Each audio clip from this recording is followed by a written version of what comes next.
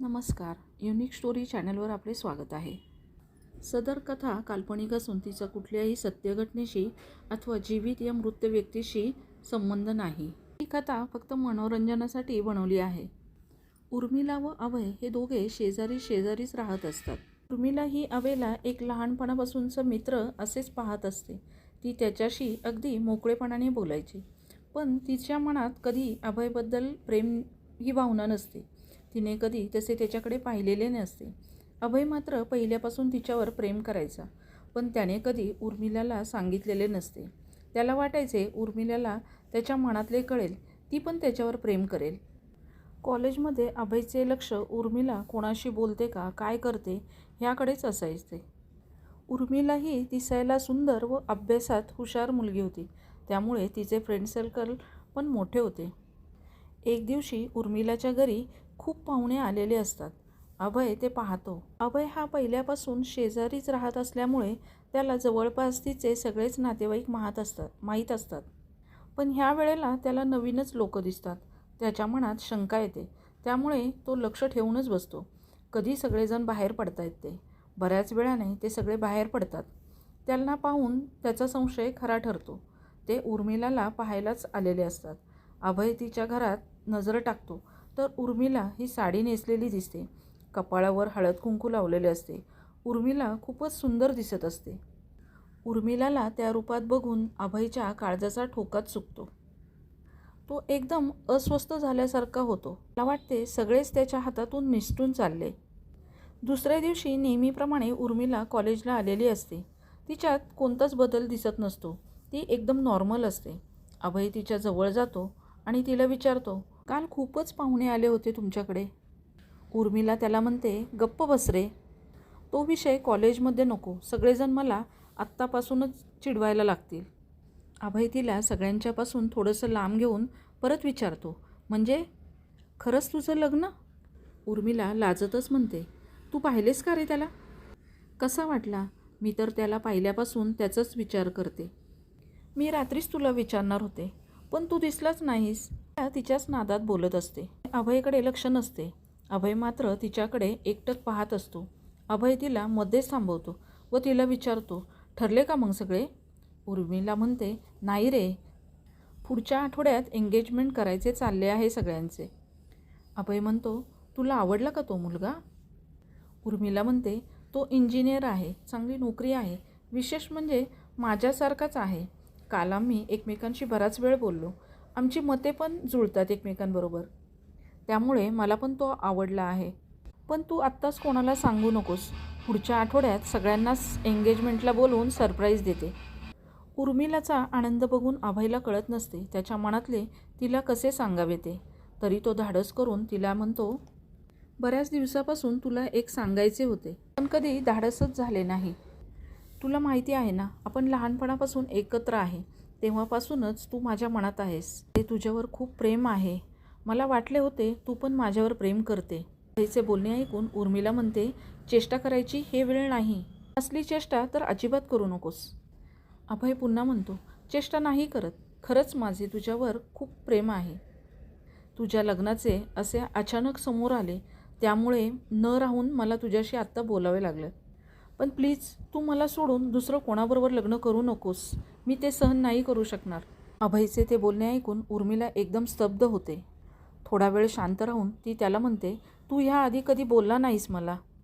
तू असा विचार करतोयस हे जर मला कळले असते तर तेव्हाच तुला थांबवले असते. मला माफ कर, पण मी तुझ्याकडे कधीच त्या नजरेने पाहिले नाही.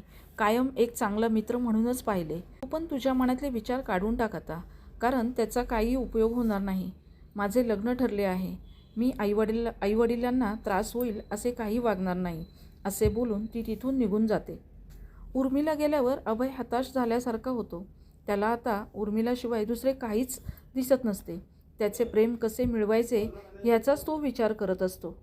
अभय उर्मिलाशी मनातले बोलल्यापासून ती अभयशी तुटक वागायला लागते. तो समोर असेल तर ती त्याच्याशी बोलायचे टाळते. हे अभयला सहन होत नसते. तो पुन्हा एकदा उर्मिलाला एकटी असताना तिच्याशी बोलायला जातो.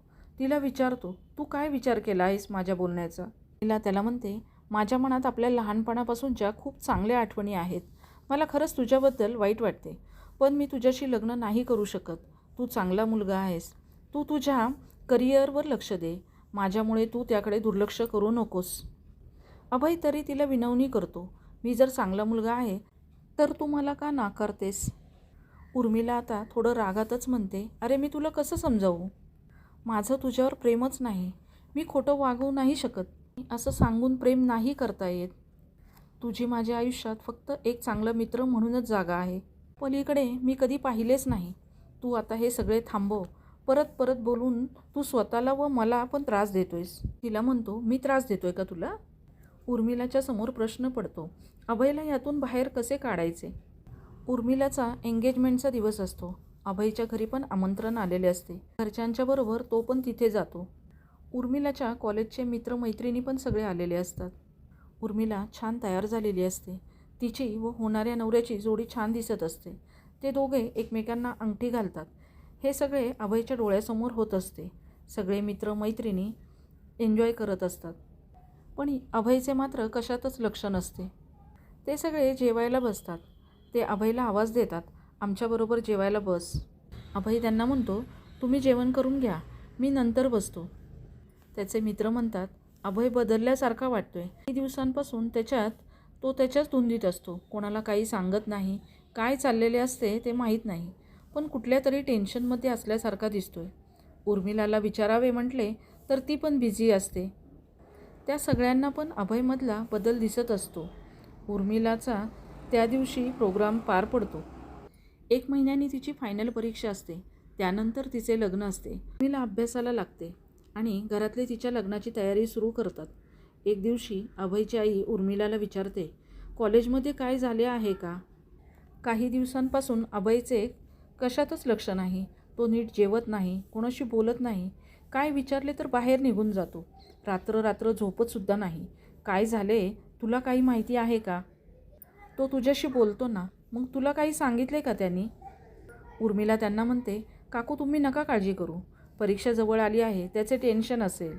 मी विचारते त्याला काय झाले ते. असे बोलून ती वेळ मारून नेते. उर्मिलाला आत्ता अभयची खूपच काळजी वाटायला लागते. तिला कळत नसते ह्यातून कसा मार्ग काढायचा ते. अशी ठरवते शेवटचे एकदा त्याच्याशी बोलायचे व परत त्याला समजवायचे. ती कॉलेजमध्ये गेल्यावर अभय समोर जाते. त्याला म्हणते, तुझे काय चालले आहे? काल काकू विचारत होत्या तुला काय झाले ते. त्यांना पण टेन्शन आले आहे तुझे. अभय तिला म्हणतो, आपण कॅन्टीनमध्ये जाऊन एक कॉफी घेऊन बोलायचे का?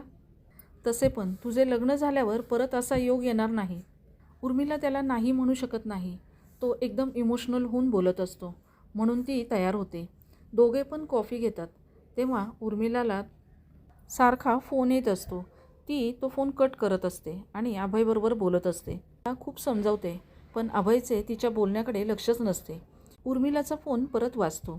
ती शेवटी बाजूला होऊन तो फोन घेते. तो फोन तिच्या होणाऱ्या नवऱ्याचा असतो. तो तिला विचारत असतो, मंगळसूत्र करायला जायचे आहे. तो तिला न्यायला येणार असतो. उर्मिला त्याला सांगते ती कॉलेजवर आहे. ती गेटवर तिथे त्याची वाट पाहते. फोनवर बोलून झाल्यावर उर्मिला अभयचा निरोप घेऊन कॉलेजच्या गेटवर येऊन उभी राहते. थोड्याच वेळात तिचा होणारा नवरा येतो. ते दोघे गाडीवर बसून जातात. हे सगळं लांब उभं राहून अभय पाहत असतो. उर्मिलाला त्या मुलाबरोबर जाताना पाहून तो चिडतो. मनातून काहीतरी विचार करून तो घरी जातो. नेहमीप्रमाणे उर्मिला कॉलेजला निघालेली असते.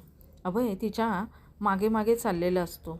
आजूबाजूला कोणी नाही हे बघून बॅगेतील ॲसिडची बाटली काढतो. उर्मिला असा आवाज देतो. ती मागे वळून पाहते. तितक्यात तो तिच्या चेहऱ्यावर ते ॲसिड फेकतो व तिथून पळून जातो. उर्मिला जोराजोरात ओरडते. तिच्या आवाजाने लोक जमा होतात. ते पटकन तिला जवळच्याच हॉस्पिटलमध्ये नेतात. उर्मिलाच्या चेहऱ्यावर कोणीतरी ॲसिड फेकले ही बातमी वाऱ्यासारखी सगळीकडे पसरते. उर्मिलाच्या घरी पण ही बातमी कळते. तिच्या घरचे सगळे हॉस्पिटलमध्ये तिला पाहायला जातात. उर्मिलाची झालेली अवस्था बघून सगळेच घाबरतात. उर्मिलाचा चेहरा पूर्ण जळालेला असतो. तिला बोलता पण येत नसते. पोलीस सगळीकडे कसून चौकशी करत असतात. कॉलेजमध्ये ती राहते तिथे जवळपास जिथं तिचा ॲक्सिडेंट झाला ती जागा सगळीकडे ते पाहत असतात. तिथले CCTV फुटेज चेक करत असतात. अभय मात्र त्या दिवसापासून घरातून बाहेरच पडलेला नसतो. तो असे काही करेल अशी शंकासुद्धा कोणाच्या मनात येत नाही. पोलीस अभयची सुद्धा चौकशी करतात. त्याच्या बोलण्यात पोलिसांना विसंगती दिसते. उर्मिलाच्या त्या अवस्थेमुळे तिचे लग्न मोडते. पोलीस उर्मिलाला खूप विचारण्याचा प्रयत्न करतात, पण ती कोणत्याच प्रश्नाचे उत्तर देऊ शकत नव्हती. पोलीस तपास करत असताना त्यांना जिथे ही घटना घडली तिथे एका दुकानाच्या बाहेरील CCTV फुटेजमध्ये अभयचा चेहरा दिसतो. पोलिसांना आधीच अभयवर संशय आलेला असतो आणि त्यात आता पक्के पुरावे त्यांच्या हाती लागतात. त्यामुळे ते ताबडतोब घरी जाऊन अभयला अरेस्ट करतात. 2 महिने उलटून गेले तरी उर्मिला अजून हॉस्पिटलमध्येच असते. तिच्या चेहऱ्याची प्लॅस्टिक सर्जरी होते, पण तिचा चेहरा पूर्ण विद्रूप झालेला असतो. ती स्वतःला आरशात पाहूसुद्धा शकत नव्हती. तिच्या जखमा हळूहळू भरत होत्या, पण तिच्या मनावर खोलवर जखमा झालेल्या होत्या. घरातले तिच्याबरोबर असतात, तिला धीर देत असतात. उर्मिला पूर्ण कधी बरी होईल ते माहीत नाही. अभयला तर शिक्षा होईलच, पण ह्या मानसिकतेला काय म्हणायचे? हे सगळे कधी थांबणार? मुलांना वाटते एखादी मुलगी त्यांना आवडली आणि ती जर त्यांना नाही मिळाली तर ती कोणालाच मिळू नये. ह्या सगळ्या घटना एकतर्फी प्रेमातूनच होत असतात. आज अभयच्या ह्या वागण्यामुळे उर्मिलाचे पूर्ण आयुष्य उद्ध्वस्त झाले. तिचे लग्न मोडले. आयुष्यभराच्या जखमा त्याने तिला दिल्या. हे कसले प्रेम? ह्याला विकृती म्हणायचे का? आजची स्टोरी ऐकून तुम्हाला काय वाटले ते कमेंट करून नक्की सांगा. आणि अशाच वेगवेगळ्या विषयावरील स्टोरी ऐकण्यासाठी आमचं चॅनल नक्की सबस्क्राईब करा, शेअर करा, लाईक करा. थँक्यू.